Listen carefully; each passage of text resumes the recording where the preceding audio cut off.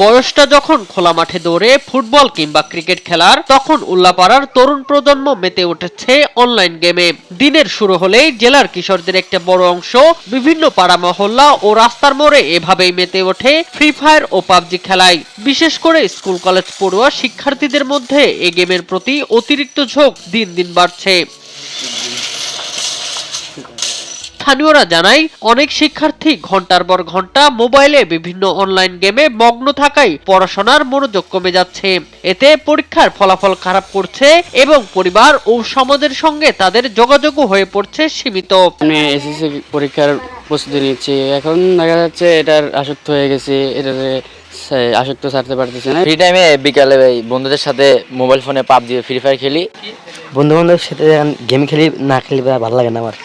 দীর্ঘ সময় গেম খেলার ফলে যুব সমাজের মাঝে আসক্তি, উদ্বেগ, খিটখিটে মেজাজ এবং সামাজিক বিচ্ছিন্নতার মতো সমস্যা দেখা যাচ্ছে বলে দাবি অভিভাবকদের। ফ্রি ফায়ার, পাবজি এই গেমসগুলো এসে ওদের পড়াশোনার দিক দিয়ে ক্ষতি হয়েছে এবং পারিবারিক অশান্তি বেশি সৃষ্টি হয়েছে।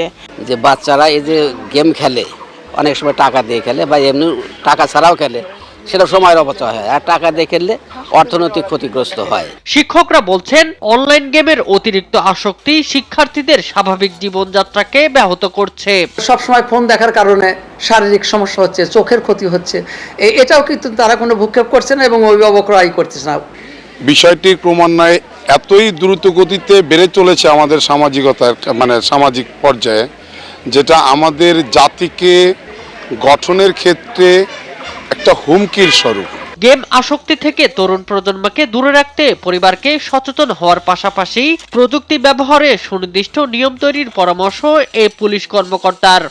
এটা থেকে উত্তরণের জন্য আসলে তাদেরকে প্রথমত এই আসক্তি থেকে বের করে নিয়ে আসতে হবে এবং এর জন্য শুধু ওদেরকে দায়ী করলে হবে না, আমাদেরকেও দায়িত্ব নিতে হবে।